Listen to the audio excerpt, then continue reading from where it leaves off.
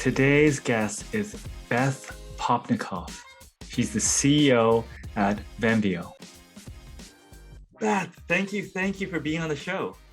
Oh, thank you so much for having me. I'm really excited to be here. So you've been putting out lots of wonderful stuff with Zach over the years, and I failed to reach out, and I finally got the opportunity to reach out and connect with you. So I'm so grateful for this. Yeah, me too. I'm glad we could make it happen. So when I look at your background, the first thing that sort of sticks out, a question in my mind, is you started in English literature. So what was the original plan? Yeah, so I have coined myself as the world's worst English major. Um, my original plan was my major was in English literature, but my concentration was in technical and business writing. What I really wanted to do and actually get to do it in a lot of ways, and the work that we do at Venveo is I really love technical writing. Like I love a good technical manual. My husband and I joke that on our very first date, one of the very first questions I asked him was, "Do you read the instructions when you have to build something?" Because I think it says a lot about your character if you don't. And he doesn't read the instructions. We got married anyway, so it's fine. But so I, so I think you overlooked that. It was kind of he a was worth it. Yeah, pre-qualification. I thought it was a high standard that I needed to hold on to. He was worth that compromise. But I really love taking something really technical, like the engineers of the world. Engineers and specifying engineers are my favorite people that we target. They're so like complex and simple at the same time, but so different from just us average lay people that they have to deal with. So I love explaining things really well. And I thought that's what I wanted to do for my entire life. I thought I was going to go and sit in a dark room and look at really complicated things and explain them for other people and never interact with humans. That was actually, I got hired doing exactly that right out of getting my master's degree. I worked in the communications department of Advanced Auto Parts, writing copy for their web. I know more about brake pads and chassis than you would think that I would. And I remember sitting there in my dark room with a great team of smart people and being like, this is terrible. I mean, it sounded so much better in your head, right? Right. It sounded so much better in my head. So it is an odd thing, but what I didn't know was that I love to have a human element to that. And that's really where the agency world and Venveo gets to come in. But I use a lot of my technical writing background. It's important because we work with very technical products. I understand and conceptualize when we talk to waterproofing contractors and they're speaking a third language for most of us. But I'm like, yeah, I understand what you're saying. And I can do, I can support our team in my past roles. I've supported the team or supported clients in creating that type of content. So that's it is a little bit of a jagged road getting here. I won't lie to you. You're right about that. Yeah, I'll sort of ask you about your progression. But before I do that, I just want to say, what's the most interesting and technical thing you have simplified for a client or a project? Oh, that's a great question. Let me think about that. So we work with a client. Some of our clients are actually like manufacturers are their clients because they're a component manufacturer. And it's funny because we partner really well with them because we have effectively the same customer base, right?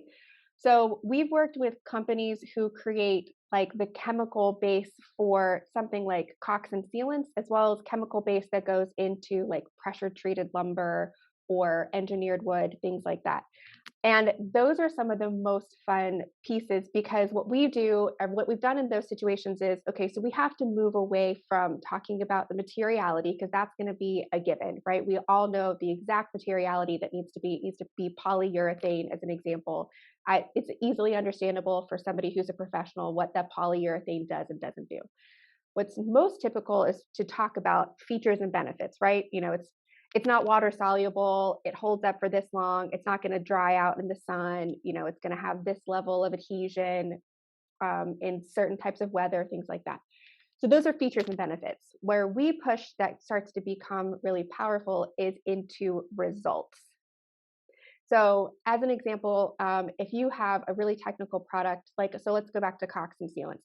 If you have a sealant that typically freezes at a certain temperature, that puts you out of the running for Canada for like 8 months out of the year. But if we just tell you like it doesn't freeze, well, or we tell you like it works in X degree weather, that's a great, but that's a feature and benefit. What if I could tell you you can do jobs all year round? Now you're seeing dollar signs. So we, instead of going into just making your features and benefits into natural language, it's more about making it relatable on a human level. Very, very cool. And I guess part of that is maybe translating to all the different influencers or not, I don't know what you call them, non-customers, to make sure that that complex sales happens. Yes, yeah, that's exactly right. Great, awesome. All right, so going back into when you first went from your dark room into a light room, was it an easy transition? Oh, I mean, I have to say yes. It's those moments when I first stepped into Venveo, it felt like a moment where I came alive. And I know that sounds really cheesy, but I first came into Venveo in 2013. We were working on really digging into each individual audience base for building materials, and we started with DIYers. And we were a small agency then. There was 5 of us total. We're almost 70 employees now. There were just 5 of us at the time, and I remember being in our pre-office, like 3 offices ago. It was Zach, myself, and one other person. We had this consumer research report and some other data that we dug up and like a whiteboard, and we're just diving deep into it. And it was some of like the hardest that I've ever worked. It was like a true startup experience, right? Like there's like Red Bull over all over the place, and we're ordering in food and no one's leaving our office. It was some of the most fun work I've ever done. Like we had incredible ideas, like everything felt possible. I was like, this is what having a job and a career should feel like. I was working instantly overnight, working 10 times harder than I'd worked in any job previously, and couldn't get enough of it, like happily doing so. Yeah. And what were your early learnings? Early learnings, oh man. It's pretty, so anytime you get into building materials, you think, how complex could this be? And it's still to this day, I continually learn. I'm watching you laugh. Like I continually learn. I'm like, you think you know stuff. I interview customers consistently. I mean, to this very moment, like I've interviewed a couple of architects and engineers just this past week. And every time I think that I'm confident, I've got it all cracked, somebody introduces an additional element. So the first learning was like building materials is complex. The second learning was like digital marketing and building materials were like oil and water in 2013. It was wild. The look on manufacturers' faces when we told them they needed to invest in a really incredible website was just, for me as a millennial, it was shocking. For them as for them as a manufacturer, it was equally shocking for the opposite reason. Um, and I also think I also immediately met incredible people. Like I don't know any other industry where people love what they do so passionately and so consistently. And even in this exact moment when we're seeing people switch from job to job, I'm watching people move within the industry though. It's not like people are fleeing from our industry. It's a really exciting and fun thing to do. And I think, yeah, I think also I've learned what it means to work at a place where you're building something bigger than yourself. And that's something that I don't think I could ever walk away from. Like being part of something that goes far beyond me, my own personal abilities, skill set, even my own personal vision, and gets carried out to bigger and better than I could dream. That's really, really special. That's awesome. And I'm trying to visualize you, in the team, pitching this in 2013. Oh my gosh, And you're cracking up over there, and you are right. Like it was comical. so I have to ask the question: how did when you came in? How did you score your first couple of customers yourself? Yeah, so the main thing that we knew we could do is know the audience the best. We always tell clients, you're going to know your product better than we know your product. Those are just the facts. I shouldn't be as big of an expert in your product as you are, because that would mean that I'm spending my time in the wrong place. The place that we spend our time is with your audiences. So that was really how we were able to prove that we knew what we were talking about. Because if you get me into the weeds of whatever your specific product is, you're right. My knowledge is shallow, as it should be.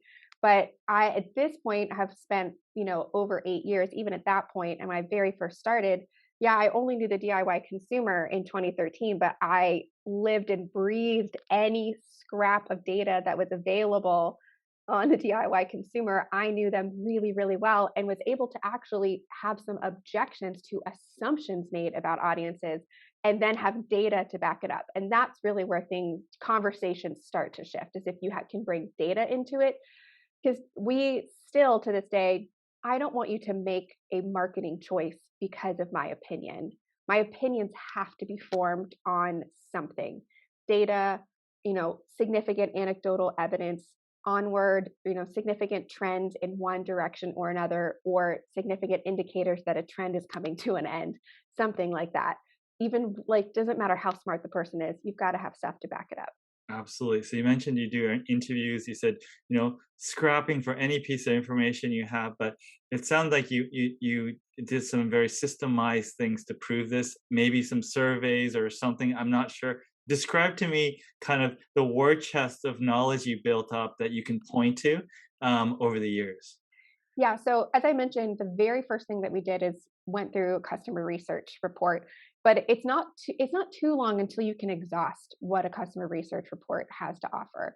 And so we pretty quickly realized we need to conduct our own research. And so the very following year, we did our very first survey, consumer-based survey for DIY consumers. And we've done consistently, we do regular, both qualitative and quantitative research on individual audiences. And so we've done that consistently. We have regular interviews as far as just keeping a pulse on the industry. We also find it really important to keep a pulse on industries outside of building materials, because everybody talks about how building materials isn't cutting edge enough.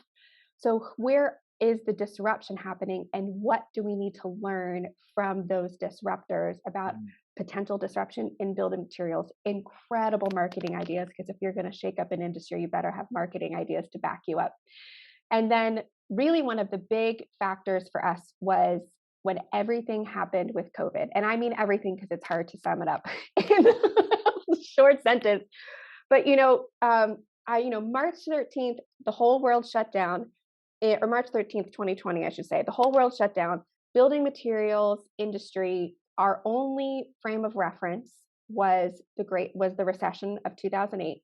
So everybody puts an immediate stop or an immediate hold on significant volumes of manufacturing, and starts to trim everything down, furloughs sales team members. Everybody's preparing for the worst.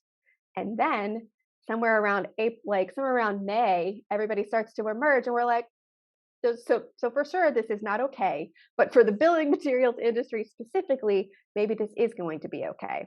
And so then we saw the pendulum swung to the other side, right? There's more demand than can be fulfilled. I talked to a flooring manufacturer at that time who put it into incredible perspective, where he said, a lot in the past, we were competing with trips to Hawaii, because you were either going to redo all of the floors in your home, or you're going to take your family of four to Hawaii. And a lot of times Hawaii won. Now nobody's going to Hawaii. So we're getting all of that additional investment. Mm. So around September, we saw the writing on the wall of, do you know that, Tots, at the end of the year, everybody starts to talk about, like, what were the trends for the past year? What's the trends coming up? Like, whatever it's like ice cream trends or color trends or marketing trends, whatever. So we saw the writing on the wall, and we said, there is about to be a bunch of data come out about what is happening in our industry, and we need to know what that is. We've got to get ahead of that. Our whole industry has changed and shifted in a matter of 8 months, and we need to know what that pulse is. So we partnered with the Farnsworth Group and came up with Building Products Customer Guide, and have now made that part of our annual cadence. And we're not a research firm, but we can't live without that data. We can't live without having consistent touch points. And that's just one major one, right? So we've surveyed about 2,000 people from across the channel, Yeah. DIYers, architects, builders, contractors, commercial, residential, you name it, getting their pulse on what was your year like? What kind of projects did you do? Where did you incur pain? What suppliers did you buy from? What brands are you buying? What do you expect to be doing next year? What are your customers demanding from you? So that we can formulate really well data informed strategies to go to market in the coming year. Yeah, for sure. I think, when it first happened, people were trying to figure out when it was gonna pass. And, there was a period of time where it was pretty clear for most of the industry this wasn't gonna pass, and it fundamentally changed the way people go to market. I know. And you must have seen a crazy increase in demand at that fluctuation point. So you said you're at 70 right now. In March 2020, what was your head count? Oh, I think it was 45, Okay, 40, something like that. We pretty grew good growth. 50% in 2020. Yeah, wonderful. It was a really busy year. Yeah. So, yeah, you touched on something very cool in this that sort of thing that you're sharing is you said looking at other industries or other areas to see incoming disruptions. At this point, what are some of the things you're watching closely? Great question. So, pandemic was kind of a game changer. I'm saying was, even though we know it's not totally over. But it was kind of a game changer in that there were some winners out of pandemic that were not expected, like building materials. Another winner that we talk about a lot is Instacart. So the big winner out of pandemic is Instacart. Are you ever going into a grocery store again? No. What a waste of your time. They charge you obscene prices, but the groceries magically arrive on your doorstep. It's amazing. So we are watching companies. I actually think Carvana is a company to watch that we are trying to learn a lot from for a number of reasons. First of all, car buying, pretty terrible, just like universally agreed as terrible. Somehow they've made it hip and trendy. That is not an easy thing to do. They also came out with a high investment, but really cool. We call them talk triggers because it's really just a marketing play where they have their car vending machines. Have you heard about this? Yes, yes, I Have you have. been to one? Because I have a question. I have not, but I come from Japan with everything fits in a vending machine, so I can And imagine. you saw that and you were like, yeah, that makes sense. That's Okay, yeah, here's my question. And if you ever come across one, I want a message from you. got it. What's the payment structure? Oh my goodness, I have no idea. Me either. Crypto? That's what our director of sales said. I I haven't been to one. I've like driven past them at IBS because there's one in Orlando, but I was too busy like running between meetings, so I couldn't. I just want to walk up and I'm like, do I swipe my credit card? Is everything in here like under $10,000 and you just assume I have a credit limit that high? Like, what's the plan? Am I putting in dollars like 20 bills one at a time? Like, so I think anyway, you just show up there and just give a kidney or something, and yeah, then that's on hawk. And if you don't pay it back, then they honor take your system. kidney. I'm going to scan my fingerprint and it's just the honor system. So anyway, I mean, a company that can take something like buying a used car and make it a thing that I find and I say I mean like we in general find worthy of discussing is really incredible. Not only have they done that, you're starting to see copycat businesses. And anytime you see copycat businesses, you know that you're onto something. There's so much they have created, not only disrupted a market, they've created their own competition. They are doing something really, really special. They're also having an incredible moment because the price of used cars is just through the roof. Yeah. So I'm definitely not as close to the information as you are. So I'm curious. One of the um, you know approaches always, and Amazon really kicked this off, at least in my opinion, is trying to reduce the friction, making it easier. Convenience wins over many different things. Hmm. Is in the building materials space, the margins are not the same as they are in other industries. Yeah. And one of the counters that I've heard from sort of like more direct buying and different models is, it's harder to disrupt because the money that's available isn't quite there as the same as other industries. What do you say to that? I can't argue with it. I mean, that's one of the I love when we get new employees or we have conversations with new people outside of the building materials space and get the opportunity to share those types of margins, like when you talk about the margin that a builder has, like just a standard residential builder who's building tract homes, their margins are so slim on what, from a consumer standpoint, is such a huge investment. It really starts to put things into perspective. I do think my main feedback or pushback there is I hear you and I see you, and I would be a fool to say that I have an easy out of the box solution. However, if we've learned anything in the last 2 or 3 years, it's that resisting change is futile. And if we don't come up with a plan, if you don't have a way to increase your margins, to reduce friction, to get as close to the customer as possible, frankly, to meet the user expectations that we now have because of places like Amazon. We don't have place for user to meet user expectations like we do through Amazon. So we actually have data to show that in 2020, Amazon, unsurprisingly, their purchase instances of building materials went up like 20% because the world got shoved at home, dealers closed, and everybody was like, I have to buy stuff online. Where do I go? I go to Amazon. Now, as soon as dealer distributor locations opened in 21, those numbers went immediately back down, but they were a go-to. If you're not a go-to in a crunch time, you are going to lose money. We also saw Home Depot over the last couple of years.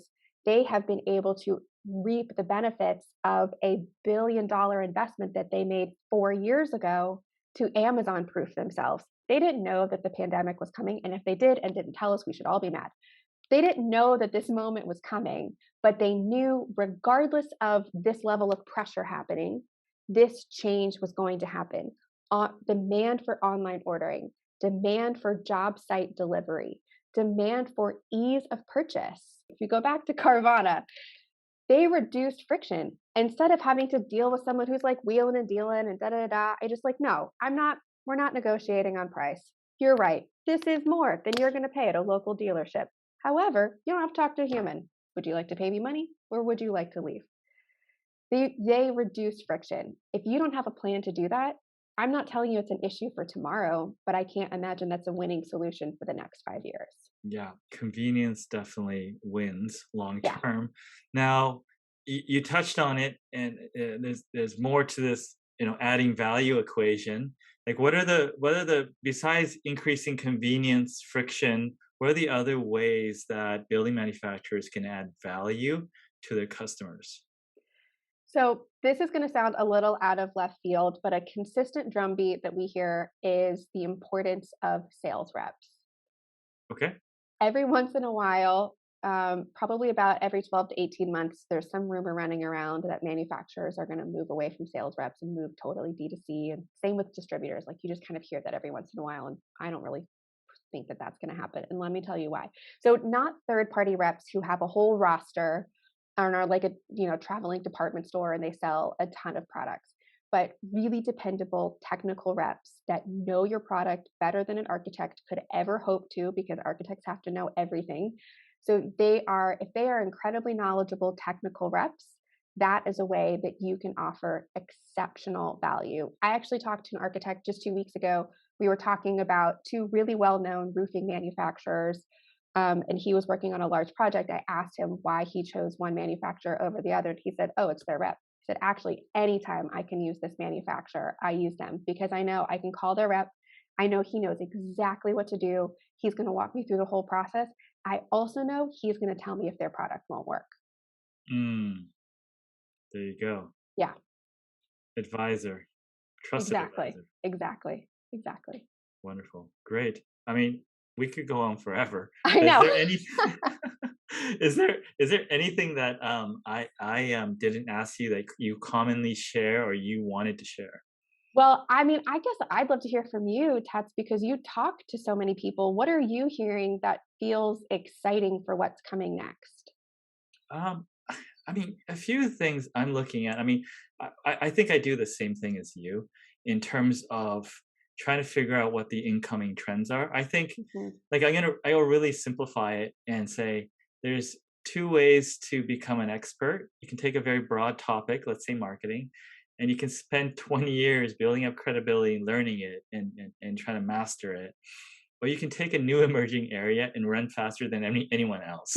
And I love that. I'm just not smart enough or maybe patient enough or whatever to win the other way. So whenever I can, I just try to be early enough and smart enough, not smart enough, early enough, fast enough to get ahead of it. So by default, there's some advantage there. So whenever I can, I try to do that. If I can't do that, I try to hang around with people that do that, and hopefully, I get a small percentage of what they know transfers through me to osmosis. So I don't know. I'm very interested in how the Web3 stuff will play out, and Mm. how, and not necessarily. I'm not as interested on the technology side, but just the way they approach community building. Mhm. I think, a lot of people, marketers will talk about storytelling right now, and I think, there's just more and more better resources and skill set and playbooks around community building that are Mhm. going to be very, very important for any business going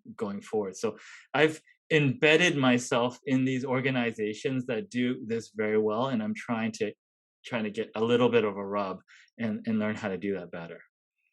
I love that. I couldn't agree more. I think community, we say sometimes community is the new currency, and you have to be building community. It's really smart. I love it. Yeah. So, well, thank you so much, Beth. Yeah, thank you so much for having me. This was really fun.